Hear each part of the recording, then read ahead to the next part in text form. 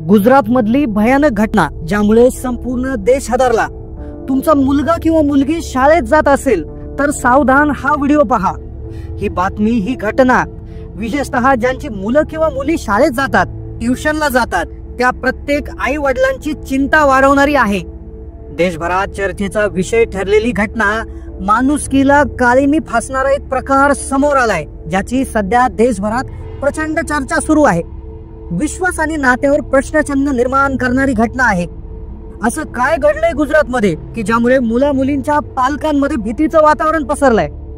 का सुरू झाली एवढी मोठी चर्चा? एक अशी घटना की ज्यांनी सर्व मर्यादा पार केल्यात। शाळेत जाणाऱ्या एका चिमुरड्या मुलासोबत काय घडलंय, काय झालंय, लगेच पहा। मुलगा किंवा मुलगी शाळेत जात असाल तर तुमच्यासाठी ही बातमी नाही, तर आपल्या मुला मुलींच्या सुरक्षिततेबद्दल एक गंभीर इशारा आहे। त्यामुळे दुर्लक्ष करू नका, लक्षपूर्वक हा व्हिडिओ पहा आणि जास्तीत जास्त लोकांना शेअर करा। ही गोष्ट आहे गुजरात मधल्या सुरत शहराची। तारीख होती 25 एप्रिल। याच दिवशी पुना गावात राहणारा एक 13 वर्षाचा शाळकरी मुलगा, रोजच्या सारखा घरातून गेलेला मुलगा अचानक गायब झाला। तो एकटा नव्हता, त्याच्या सोबत होती त्याची 23 वर्षीय ट्युशन शिक्षिका, त्याची शिकवणी घेणारी शिक्षिका, त्याची काळजी घेणारी आणि शिकवणारी शिक्षिका। हे दोघे परतलेच नाही। मुलाच्या घरी चिंतेचं वातावरण पसरलं। काळजीत पडलेल्या वडिलांना वेळ न घालवता त्यांनी पोलीस स्टेशन गाठलं। त्यांनी थेट त्या शिक्षिकेवरच आपल्या मुलाचं अपहरण केल्याचा गंभीर आरोप लावला। विचार करा, 13 वर्षाचा मुलगा आणि त्याला पळून नेणारी त्याचीच शिक्षिका। पोलिसांनाही सुरुवातीला यावर विश्वास ठेवणं कठीण गेलं, पण प्रकरण अत्यंत गंभीर होतं। पोलिसांनी तातडीनं 4 विशेष पथकं तयार केली। शोध मोहीम तातडीनं सुरू झाली। शहरातील शेकडो सीसीटीव्ही फुटेज तपासले जाऊ लागले। कुटुंबाकडे, मित्र मैत्रिणींकडे, शेजाऱ्यांकडे कसून चौकशी सुरू झाली। तो मुलगा आणि ती शिक्षिका जणू हवेतच विरघळले होते। गेले तर कुठे गेले? ते नंतर सापडले, पण मुलाने दिलेल्या कबुलीनंतर, त्यांनी जी कबुली दिली ती ऐकून पोलीस आणि त्यानंतर मीडिया आणि पूर्ण देश हादरला। तपासणीला पहिली जी महत्वाची दिशा मिळाली ती सुरत रेल्वे स्टेशनवर। सीसीटीव्ही फुटेज मधून हो स्पष्ट दिसत होतं ते दोघेही स्टेशनवर होते। त्यांनी शहर सोडलं होतं, पण त्यांचं पुढचं ठिकाण कोणतं होतं हा प्रश्न पोलिसांसमोर होता। पोलिसांनी सायबर सेल, तांत्रिक विश्लेषकांची मदत घेतली। त्या शिक्षिकेकडे मोबाईल होता, मुलाकडेही मोबाईल होता। मग त्यांच्या मोबाईलचे लोकेशन कुठे ट्रेस होत आहेत, त्यांनी मोबाईल कधी चालू केला, कधी बंद केला, याची माहिती घेणं सुरू झालं। त्यांचे मोबाईल रेकॉर्ड्स, ऑनलाईन व्यवहार तपासले गेले आणि मग जे समोर आलं ते थक्क करणार होतं। त्या दोघांनाही एकाही ठिकाणाहून दुसऱ्या ठिकाणी शहरामागून शहर बदलत तब्बल 2200 किलोमीटरचा अविश्वसनीय प्रवास केला होता। सुरतवरून वडोदरा, वडोदऱ्याहून अहमदाबाद, तिथून थेट राजस्थान मधील जयपूर आणि मग देशाची राजधानी दिल्ली, आणि इतकंच नाही तर थेट मथुरेजवळ धार्मिक स्थळ वृंदावन। इतका मोठा प्रवास, इतकी मोठी शहरे त्यांनी कसा केला? पैशाची व्यवस्था कुठून झाली? चौकशीत कळलं की हॉटेल्स मध्ये राहताना कोणाला जराही संशय येऊ नये म्हणून ते स्वतःला चुलत भाऊ बहीण असण्याचे सांगत होते। विचार करा, एक बनावट ओळख, एक धोकादायक अज्ञात प्रवासासाठी। पोलीस त्यांच्या मागावर होते। 4 दिवस रात्रंदिवस तपास सुरू होता। Gujarat police, Rajasthan police, Delhi police, अनेक राज्यांची पोलीस यंत्रणा कामाला लागली होती। पोलिसांसाठी एक मोठं आव्हान होतं। वेगवेगळ्या भाषा, वेगवेगळे प्रदेश, पण तपास थांबला नाही। वेळ मात्र वेगाने हातातून निष्ठत चालला होता। अखेर 30 एप्रिलला 4 दिवसानंतर अथक न थांबलेल्या प्रयत्नानंतर पोलिसांना एक पक्की खात्रीशीर खबर मिळाली। खबर अशी होती की ती शिक्षिका आणि तो मुलगा जयपूरहून अहमदाबादकडे एका प्रायव्हेट बसने प्रवास करत आहेत। पोलिसांनी तात्काळ सापळा रचला। गुजरात राजस्थान सीमेवर अत्यंत कडक नाकाबंदी करण्यात आली। प्रत्येक संशयास्पद बस, प्रत्येक गाडी थांबून बारकाईने तपासणी केली जात होती। मग ती बस आली ज्या बस बद्दल माहिती मिळाली होती। पोलिसांनी ती बस अत्यंत शिताफीने थांबवली। पोलीस अधिकारी बसमध्ये शिरले आणि हो, ते दोघे बसमध्ये सापडले। सुटकेचा निश्वास सोडण्याआधीच एका नव्या वादळाची चाहूल लागली होती। अखेर त्या दोघांना ताब्यात घेण्यात आलं। अपहरणाचा गुन्हा तर उघडकीस आलाच होता, पण थांबा, कहाणी इथेच संपली नव्हती। खरा धक्कादायक, खरी हादरवणारी बाब तर अजून समोर यायची होती। पोलीस स्टेशन मध्ये त्या दोघांना नेण्यात आलं। कसून चौकशी सुरू झाली। वातावरण अतिशय गंभीर होते। मुलाच्या आणि त्या शिक्षिकेच्या नातेवाईकांना, आई वडिलांना बोलून घेतलं होतं। त्या 23 वर्षीय शिक्षिकेने एक दावा केला होता।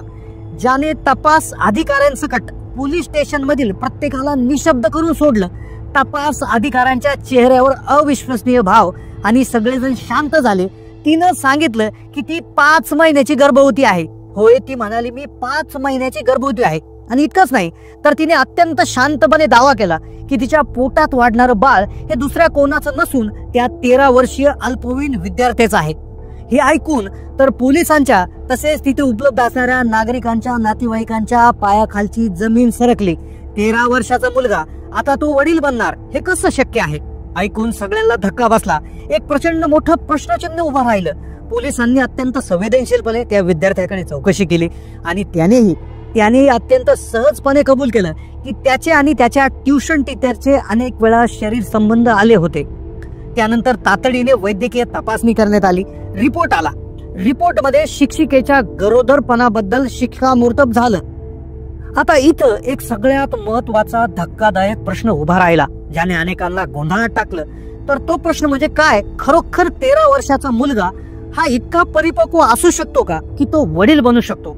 अनेक लोकांना वाटतं की हे पूर्णपणे अशक्य आहे, ही निव्वळ अफवा आहे. पण याबद्दल विज्ञान काय सांगतं हे देखील ऐकायला विचित्र वाटेल, अनेकांना खोटं वाटेल, पण विज्ञान वेगळंच सांगतं. वैद्यकीय शास्त्रानुसार मुलांमध्ये साधारणपणे 12 ते 16 वर्ष वयोगटातच तारुण्य अवस्था किंवा पौडांग अवस्था सुरू होते. हा एक नैसर्गिक टप्पा आहे. याच काळामध्ये त्याच्या शरीरात अनेक महत्वाचे बदल घडतात आणि त्याची वडील बनण्याची क्षमता सुरू होते. आता विचार करा, जर एखाद्या मुलामध्ये हे बदल लवकरच सुरू झाले असतील, म्हणजे वयाच्या 12व्या वर्षी सुरू झाले असतील, म्हणजेच वयाच्या 13व्या वर्षी त्याच्या शरीरामध्ये असे काही बदल घडतात आणि त्याची क्षमता तयार होते ज्या माध्यमातून तो वडील बनू शकतो. हे प्रत्येक मुलाच्या किंवा याच्या शारीरिक विकासानुसार बदलतं. सगळ्यांमध्ये एकाच वेळी हे होत नाही. वैज्ञानिक दृष्ट्या 13व्या वर्षी वडील बनणं हे पूर्णपणे अशक्य नाहीये. म्हणजे शक्य आहे किंवा अशक्य आहे, म्हणजे मध्ये आहे. हे कटू आहे पण वैज्ञानिक सत्य आहे. आता या धक्कादायक प्रकरणाकडे केवळ सामाजिक किंवा जैविक पैलूच नाही तर अत्यंत गंभीर कायदेशीर बाजू आहे, जे समजून घेणं खूप महत्वाचे आहे. पोलिसांनी त्या शिक्षिकेला तात्काळ अटक केली. तिच्यावर अपहरणासोबत पॉस्को जो कायदा आहे, पॉक्सो, त्या अंतर्गत गुन्हा दाखल करण्यात आला. पॉस्को हा protection of child for sexual offence act, मराठीत याला आपण बाल लैंगिक अत्याचार प्रतिबंधक कायदा असं म्हणतो. हा कायदा खास 18 वर्षाखालील मुला मुलींना लैंगिक अत्याचार, लैंगिक छळ किंवा पोर्नोग्राफी सारख्या गंभीर गुन्ह्यांपासून संरक्षण देण्यासाठी 2012 मध्ये बनवण्यात आला होता. या कायद्याचं सर्वात महत्वाचं वैशिष्ट्य आणि गांभीर्य म्हणजे यात 18 वर्षाखालील मुलासोबत परस्पर संमतीनं ठेवलेले लैंगिक संबंध सुद्धा गंभीर गुन्हा मानले जातात. कारण की कायदा मानतो की लहान मुलं शारीरिक आणि मानसिक दृष्ट्या हे संबंध ठेवण्याबाबत योग्य निर्णय घेण्यास परिपक्व नसतात. त्यांची फसवणूक होऊ शकते, त्यांच्यावर दबाव टाकला जाऊ शकतो. त्यांची संमती ही कायद्याच्या नजरेत कायदेशीर संमती नसते. या प्रकरणात जरी विद्यार्थ्याने संबंधाला नकार दिला नव्हता तरी तो अल्पवयीन असल्याने कायद्याच्या दृष्टीने शिक्षिकेवर बाल लैंगिक शोषणाचा अत्यंत गंभीर गुन्हा दाखल झालेला आहे. या कायद्याअंतर्गत अत्यंत कठोर शिक्षेची तरतूद आहे. आता पोलीस कायद्यानुसार पितृत्व निश्चित करण्यासाठी DNA टेस्ट करत आहेत, ज्यामुळे हे 100% स्पष्ट होईल की या गर्भाचे वडील नेमकं कोण आहे. कायद्याची प्रक्रिया वेगानं सुरू झाली आहे. शिक्षिकेला तिच्या कृत्याबद्दल कठोर कायदेशीर परिणामाला सामोरे जावे लागू शकते. तर मित्रांनो, सुरतची ही घटना नाही तर आपल्या समाजासाठी एक मोठा आरसा आहे. ही एक धोक्याची घंटा आहे. शिक्षक, गुरु, आपण ज्यावर मुलांच्या भविष्याची, संस्काराची आणि सर्वात महत्वाचं म्हणजे त्याच्या सुरक्षिततेची जबाबदारी डोळे झाकून टाकतो. त्यांच्याकडून असा विश्वासघात, गुरु शिष्याचं नातं हे किती पवित्र असायला हवं, पण या हादरवणाऱ्या घटनेतून शिकण्यासारखं आहे. सर्वात महत्वाचे म्हणजे आपल्या मुलांबरोबर मनमोकळेपणाने संवाद साधा, त्यांना वेळ द्या. चांगला स्पर्श आणि वाईट स्पर्श म्हणजे गुड टच आणि बॅड टच याबद्दल न लाजता, न घाबरता योग्य वयात शिकवा. त्यांच्या वयात अचानक काही बदल दिसल्यानंतर ते गप्प राहत असतील तर त्यांच्याशी प्रेमाने बोला. त्यांना विश्वास द्या की आम्ही तुमच्या सोबत आहोत. शाळा प्रशासनाने, पालकांनी, समाजाने एकत्र येऊन मुलांच्या सुरक्षिततेसाठी एक अभेद्य कवच तयार करायला हवं. मुलांच्या वागण्यातील बदलांकडे लक्ष देणं गरजेचं आहे. शाळा, ट्युशन्स, क्लासेस, पालक आणि समाज या सगळ्यांनी मिळून मुलांसाठी एक सुरक्षित वातावरण निर्माण करण्याची आता गरज झालेली आहे.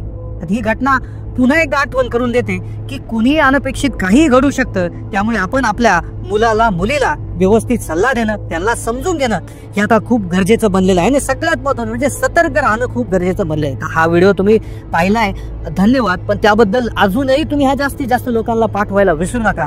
चॅनलला नवीन असाल तर सबस्क्राईब करा. आमचं तुम्हाला निवेदन आहे की जास्तीत जास्त हा व्हिडिओ शेअर करायला विसरू नका.